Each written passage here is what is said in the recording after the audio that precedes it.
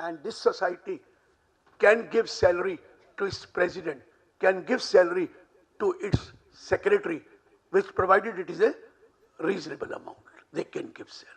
If you are carrying on a business under Society Registration Act and you have income. Coming to now private trusts. What basically is a trust? What is a trust? We have an author or a settler or a founder, am I right, of an institution or a trust. There is a trust property. There is a trust property which is divested by the settler in favor of the trust. Am I right, sir? It has to be irrevocable transfer. Irrevocable transfer.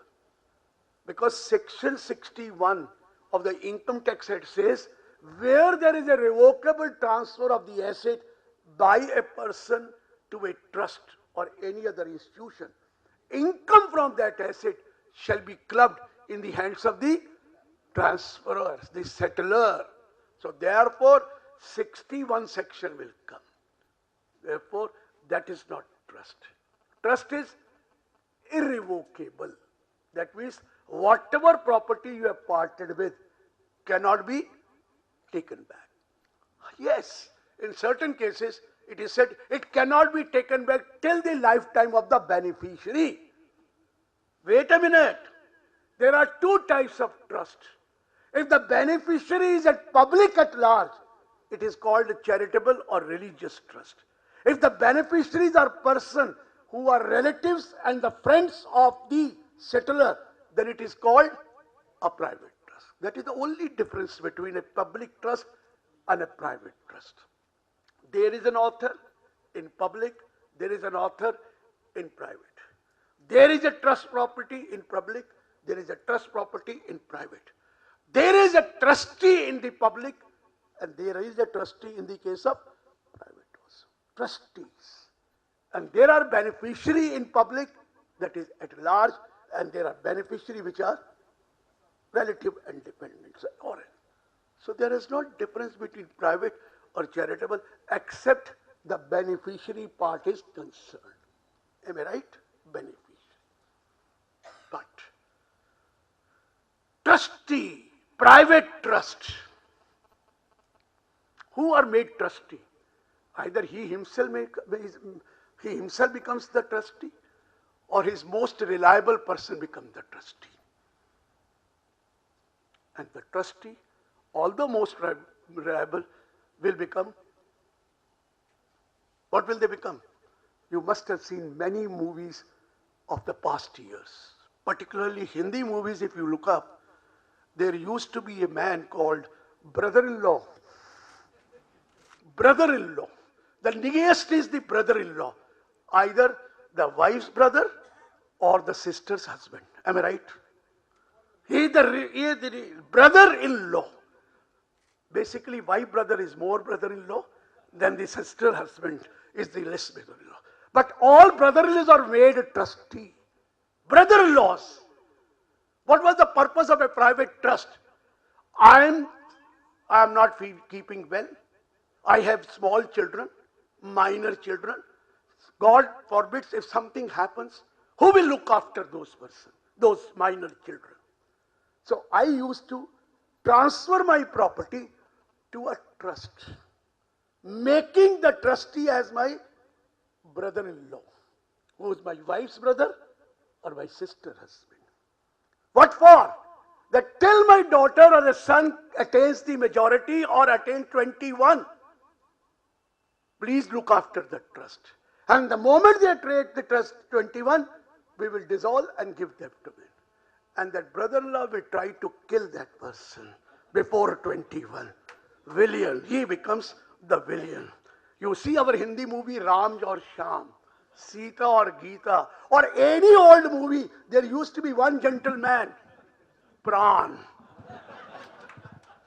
There used to be only one gentleman, Pran.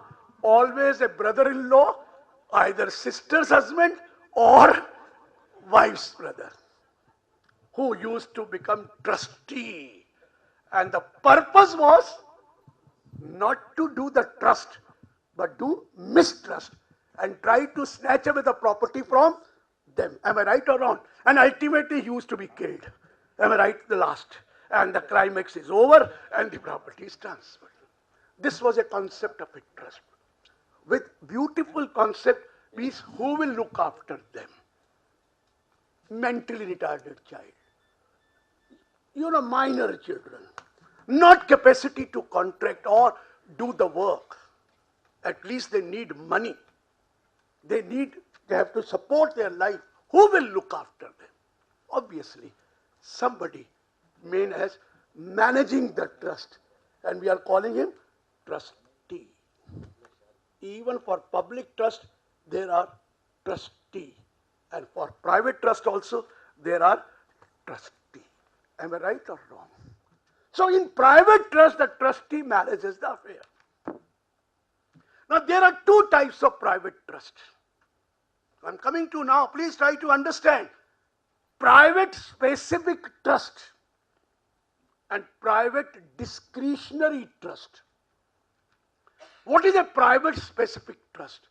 Private specific trust is a trust where the beneficiaries and their shares are defined. Beneficiaries also defined and shares also defined. You told your trustee, look here, income of this trust should be used for the benefit of A, B, C, D. These beneficiary defined. 2, 40% for A, 30% for B, 20% for C, 10% for D. So in this case, beneficiary defined and their shares is also defined. This is called private specific trust. Private discretionary trust. The word discretionary means the discretion has been given to the trustee to apply the income of that trust any way he likes. But for certain beneficiary or the beneficiary yet to be born also, his future child, yet to be born also. So what is the discretion given? To whom? Trustee. To be utilized for what purpose? For the benefit of beneficiary, which have been defined, but share may not be defined. Or there is a beneficiary not yet defined. Future beneficiary also included. We call it as private discretionary trust. Are you getting my point? Now, a trust, whether specific or discretionary, will earn income under 4 heads. Obviously 4 heads. House property, rent if charged. If the property of the trust is given on rent, obviously rent will be there. If the trust is doing business, obviously PGP income will be there. If the trust sell any asset, there will be capital gain. And if the other income like investment in big deposit, etc., dividend, etc., the trust will have others. So same 4 heads of income. And what is so special then? How the private trusts are taxed? Can you tell me which sections are there in income tax for taxing the private specific trust and for taxing the private discretionary trust? They are called AOP-BOI. Still they are AOP-BOI, but where is the section to tax them? I have already said income to be computed under 4 heads. I have already said deduction will be allowed under chapter 6A. But how do you tax them? Any idea? We know that under 160, the trustee is a representative assessee. Trustee is but how to tax it? If it is private specific trust, we have section 161, subsection 1 and section 161, subsection 1 capital A. How the private specific trust is taxable. 161 subsection 1. 161 subsection 1 capital A. And if it is a private discretionary trust, we have a section called 164 subsection 1. Please note the word 164 subsection 1. And if it is a charitable trust, we have a section called 164 subsection 2. Subsection 2 for taxing the charitable trust. I am not talking to the taxability of the charitable trust. We have enough discussion in the morning. Now, how private specific trusts are taxable? Mind it, share of the beneficiary is defined, and their share defined and beneficiary also defined. The law says if this trust does not include, the total income of this private trust does not include business income, means they are not doing any business, it does not include a business income, then the trustee will have to file return on behalf of the beneficiaries and he will be taxed in the same manner, to the same extent as the beneficiary would have been taxable. He files return on behalf of beneficiaries. Who files? The representative assessee. Who is the representative assessee? The trustee. If there are 5 beneficiaries, he will file 5 returns. If there are 10 beneficiaries, he will file 10 returns. If there are 100 beneficiaries, he will file 100 returns. Separate return for each beneficiary because the share is defined. Share is defined. And how will be taxed? He is being taxed as a representative assessee. In what manner will he be taxed? In the same manner, to the same extent, assuming the same responsibility which the beneficiary would have taken. So, if the beneficiary is individual, then the same exemption and same deduction under 80C to 80U, beneficiary is individual. Deduction and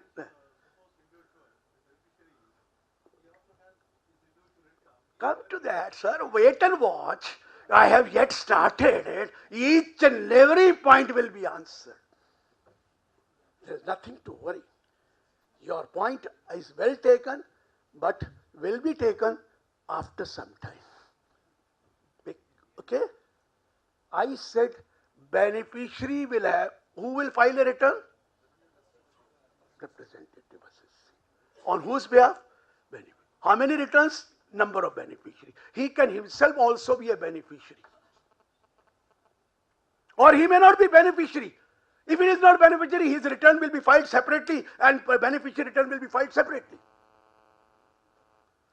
Are you getting my point? And how will they be taxed? Same manner, to the same extent as the beneficiary would. If the beneficiary is resident, he is also resident. If the beneficiary is a non-resident, he is also a non-resident. If the beneficiary is a company, he is also a company. If the beneficiary is an individual, it is individual. If beneficiary is HUF, it is HUF. Is it clear? Now the question which he is asking, suppose the beneficiary is also having his individual income. And we know that we have a slab rate of taxation. Because you can't claim exemption of 2,50,000 there and 2,50,000 here.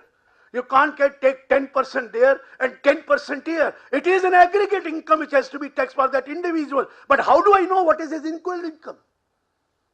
Am I right or wrong? In that case, we have section 166, where instead of the trustee, the beneficiary will file the return, including the income of the trust, his share. The beneficiary. Even the AO has a power to tax that income in the hands of the beneficiary, instead in the hands of the trustee.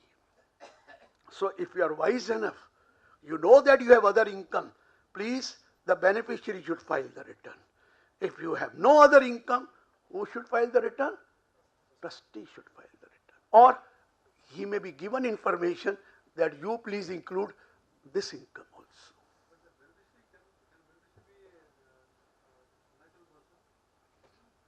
Beneficiary can be? Yeah, anybody. Beneficiary can be any person. You can have one beneficiary A, B, C, D, fourth beneficiary the temple. Why not? Beneficiary can be any person. Person means it can be company, it can be firm, it can be individual. Normally they are natural person. Normally. But not always. We have not said beneficiary will always be his friends. Beneficiary can be any person. Are you getting my point? Any person. The beneficiary can be the mother, the beneficiary can be friend, beneficiary can be the maid servant also. Where is the problem? Beneficiary. Maybe natural person, maybe company, maybe firm. Right? Tax will be in the same manner as clear or not clear. Who will file the return? Trustee. How many returns? Depending on the number of beneficiaries. 161 subsection 1. Now, section 161 subsection 1 capital A. Try to understand. I made one assumption that the trust does not include business income. I made an assumption. Now, there is a trust which is carrying on a business also, and its total income includes business income. Now watch. Now watch. This trust will be taxable at maximum marginal rate. Now watch. The trustee will have to pay tax on that income at what rate? MMR. Here is the difference. If no business income, respective rate applicable to beneficiary. If there is a business income, what rate? MMR, which is 33.99%. Wait a minute, there is a proviso here also. If there is a trust created by will, and it is the only trust created by will for the support and maintenance of relative dependent on him, then even if it is carrying on a business, it will not be taxed at maximum marginal rate. It will be taxed in the same manner as we have talked about under 161 subsection 1. Are you getting my point? When I am noticing this, I am feeling nobody is bothered and nobody has done such things. 160, private trust. But this is the law of the land. This is the law of the land, because private trusts are now not much in number because of business being taxed at MMR. Then what is the point of creating a trust? If it is taxed at MMR rate, what is the need of creating a trust? And if it is taxed at individual rate, then you have a advantage of having a separate trust for those persons. Are you getting? But again the problem arises. If the trust, the beneficiary is a minor, then what will happen? Beneficiary is a minor. He has to be taxed in the same manner, to the same extent, and responsibility same as the beneficiary would have been. What is the position regarding minor? He is not taxed. Minor is not taxed unless it is income from his talent, from his skill, from his expertise or manual work. His income has to be clubbed in the income of the parent whose total income is. So therefore, this will happen if it is a minor. But wait a minute. We have a judgment of M.R. Doshi, Supreme Court judgment. What is that judgment? If you write a trust deed saying that the beneficiaries are minor, but the income will accrue to this minor only when they attain majority. Are you getting my point? What I am saying? There is a deed written, that is a benefit. Beneficiary will be entitled to income only when he attains majority. M.R. Doshi says, here there is no question of taxing that income, because income has not accrued. When it be accrued? When he becomes major. Pardon me? I'll come to that. I'll come to that. Both views I'll come to that. It will accrue when he become major. But when he become major, the entire income of all years will be taxed in that year. Why? Because earlier it never accrued. Are you getting my point? So it is only a deferment of tax liability. Deferment of tax liability according to EMA. But there are certain court judgments like you who says income cannot be kept pending, it has to be taxed, so it has to be taxed in the same year. But clarity is yet to be there in this point. Clear? This is share defined.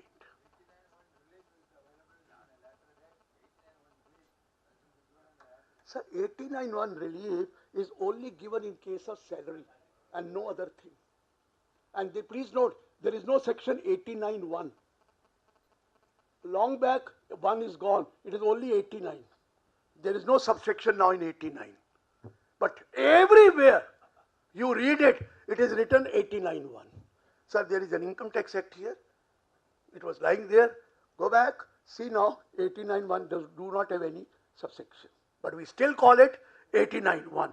Because from ages it was 89(1). Even in the form it is written 89(1). Even in the rules it is written 89(1). But because nobody knows that it is only now 89, it does not have any subsection. But we still call it 89(1). 89(1), 89(1). Who has seen the act? Even the framers have not seen the act. If you look up, there is no 89(1). It is only 89. There is no subsection there. I wanted to show you, but it is not there. Pardon me?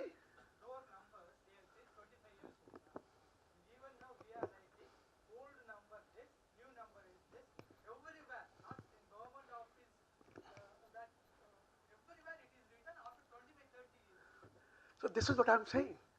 But particularly when there is no subsection 1, how are we writing 89(1)? And he also pointed out. But I wanted to show you that there is no subsection 1. And then, please note, 89 is only in case of salary, not for any other income. Not for any other income. So area, and these days 89 is hardly used. Why? Because earlier the tax rate was more and now the tax rate is less. So who will go for 89? Nobody is interested in going for, I'm not using the word 1, 89. I'm not using the word 89(1). Nobody goes. No. I don't know that time what used to happen was earlier that there was a tax rate which was going up, or there was a different thing, or your income gone up earlier if you added to that. He's talking about those good days. Well, gone are the days. 89 is hardly used now. Hardly used. Earlier it was. I'm not denying that fact. Calculate also. 10E form you have to fill up. If you must have got 10E form. Still it is 10E. Let me tell you. Coming back.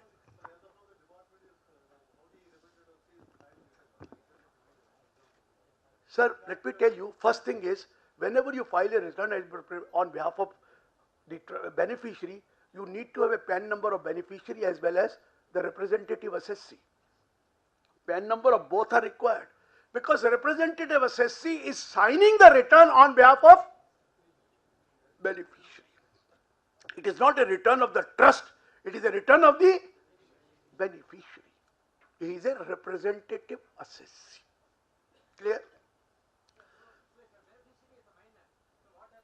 It will have to be added in the income of the parent, or the income is higher. Now the question is, if one of the parent is alive, it can add it to the income of that parent. If the parent are not alive, then no clubbing. Guardian are not parent. guardians are not parent. If they are separated, then also it is to be added in the income of that parent who maintains that child. But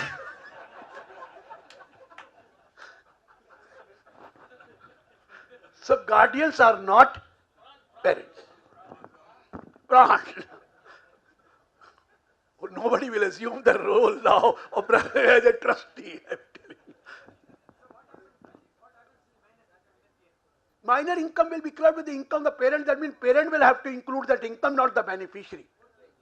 The return will be filed by the parent, not by the beneficiary, by taking the income of the share of the trust. Huh? If then income of the minor will be filed by the trustee. If the minor is earning an income from talent or his skill or a professional work, how is the income filed? Representative assessee on his behalf file the income. The representative assessee are natural parents. If the parents are not alive, the representative assessee is the guardian. If the guardian is not there, then the representative assessee is the court ward, appointed by the court. So therefore, there is a representative assessee of the minor. Minor is not competent to contract. Minor cannot sign the return, but somebody on his behalf has to.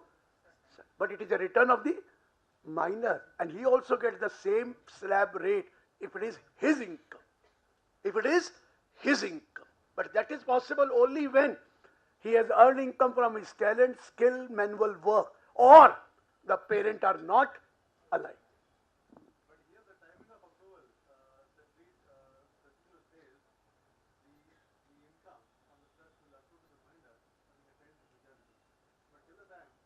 Till the time it will be kept in abeyance.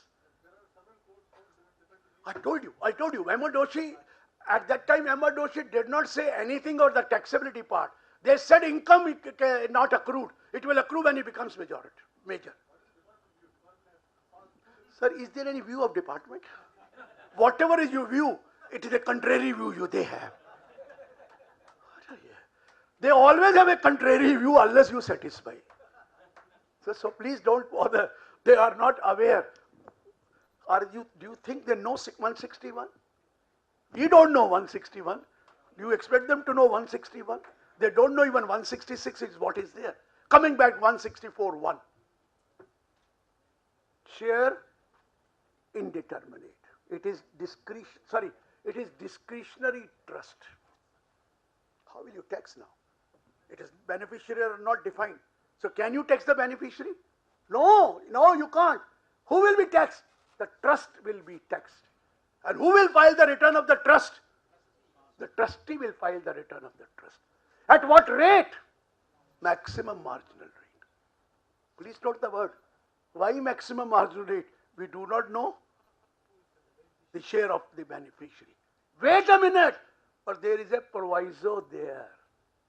If none of the member is a beneficiary of any other trust, if none of the member has income exceeding the maximum marginal limit, if the trust was created before 1st March 70, then in that case, there will be no maximum marginal rate. It will be the normal rate applicable to AOP BOI. In these are three cases. Are you getting my point? What I am saying, even if the trust share is, it is a discretionary trust, but if none of the member of the beneficiary are having income exceeding the exemption limit, none of the member. If one has, MMR. If none of the member, tax will be levied at normal slab rate applicable to AOP BOI. If any member has exceeding, MMR. If no beneficiary is a member of any other trust, it will be provided no business income. Provided no business income, it will be at normal rate. Clear?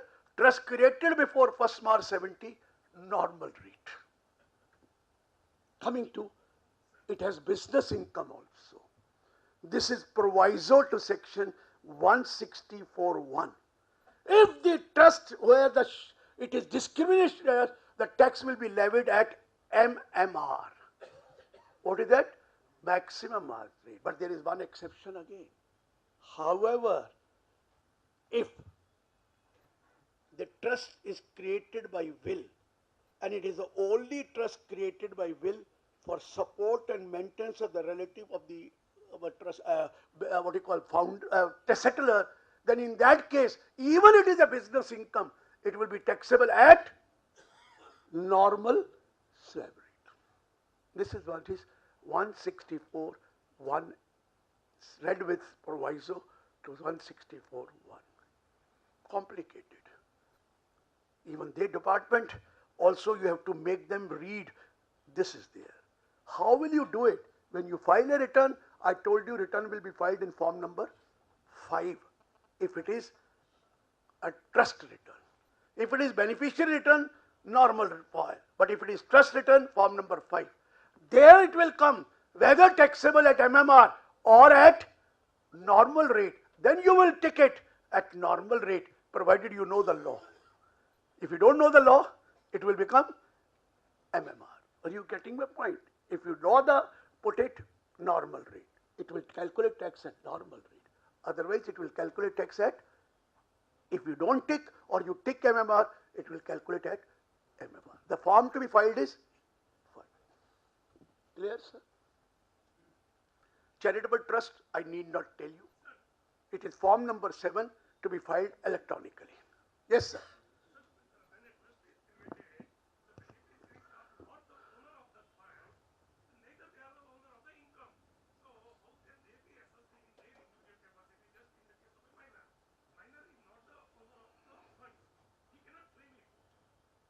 Sir, who is entitled to the profit? Income. The trustee is legally bound to apply that income in the ratio defined by, given by the settler, and to be used only for those persons A, B, C, D, E. So indirectly, it is your income, but not being taxed because that person beneficiary may be incompetent, that beneficiary may be anything. We have shifted the responsibility of taxing those persons on the trustee. Sir, that is only when it is described. You are not taking the case of a M.R. Doshi. Wait a minute.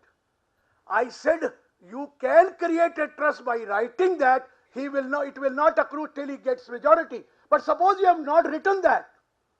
I said it is M.R. Normally you don't write that. If you don't write that, then whatever the share of the beneficiary will go to the parenting. I told specifically that there is a clause added by whom?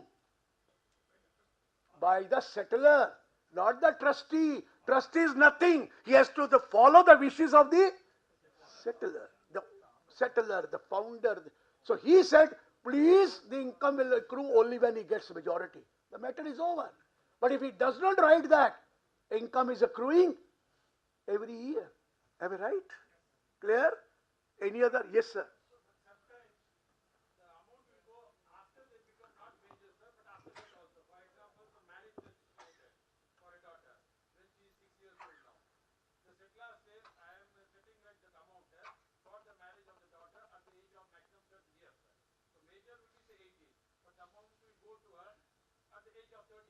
Will it go to her or will it be applied for marriage?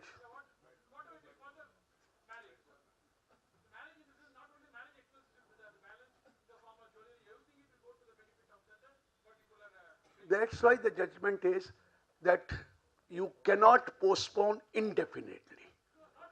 Wait a minute. Income is accrued, pay tax now, but keep the money with you. Give the beneficiary only when he attains the majority or he attains the age of whatever marriage age. That time you give. But the department cannot wait. Department cannot wait indefinitely, saying that I will take tax at that time. The tax will accrue every year, will be paid, but restriction imposed not to hand over that payment to beneficiary.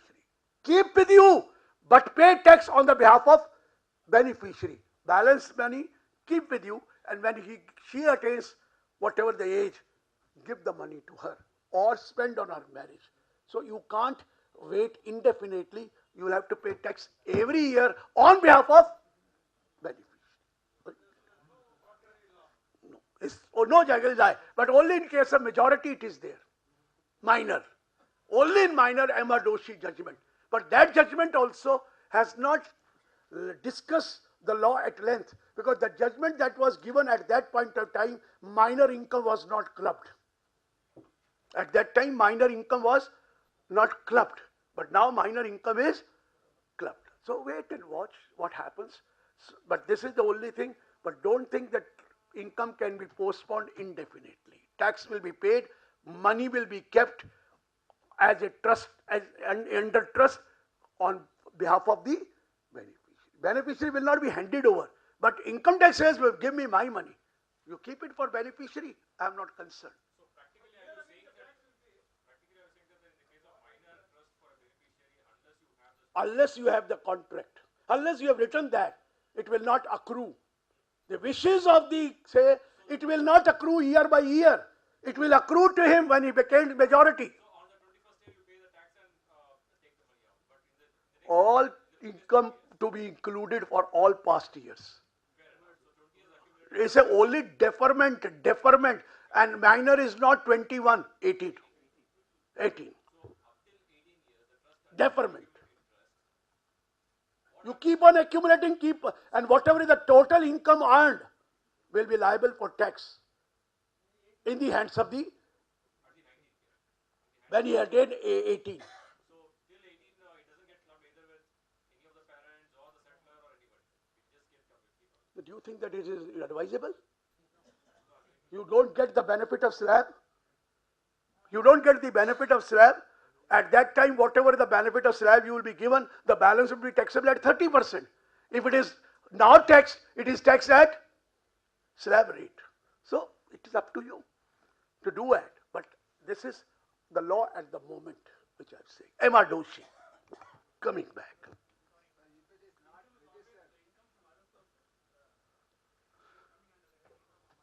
Which one? Why? Whichever head is there.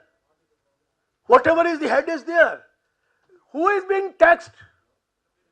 In the same manner, to the same extent as the beneficiary would have been taxed. So think that whatever is the income distributed, it is distributed headwise. It is distributed headwise, not that. It is distributed headwise. Are you getting my point? 1/4, 1/4, 1/4. Headwise distributed. In that question. Clear? It cannot be. How will you compute the income of the beneficiary under only one head? It has to be computed under 4. He is not a salaried person, so 4 head. Are you getting my point? I told you very clearly, income has to be computed under 4 heads or 5 heads, as the law says. You cannot have anything else. Clear? Coming to.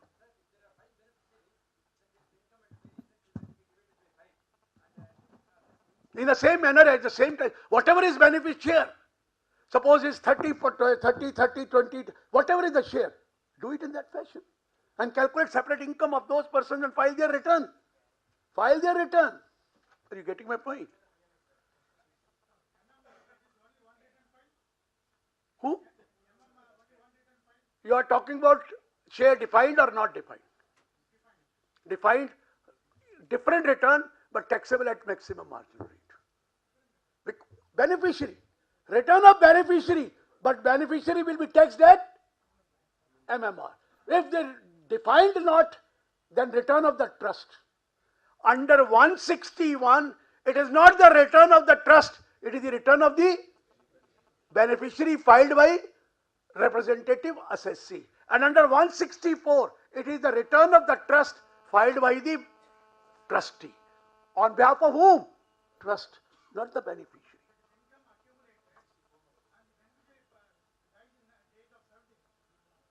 Everything is written in the trust. It is always written in that if after his death, if he predeceases, his children or this person will get the benefit. That's why the day it is defined. Whenever it is written, they all defined it. Eventuality of his death, the remaining will get, or this person will get. It is always given there. We always think somebody may die. It's not that it is happened like that. He is assignee, he is legal heir, whatever is the point. We are always legal heir. He may not married. Who will be his legal heir? Father or mother. Am I getting my point? He is legal heir. I told you yesterday, legal heir of first class, legal heir of the second class. First class comes only when you have children and you have spouse. Second or mother.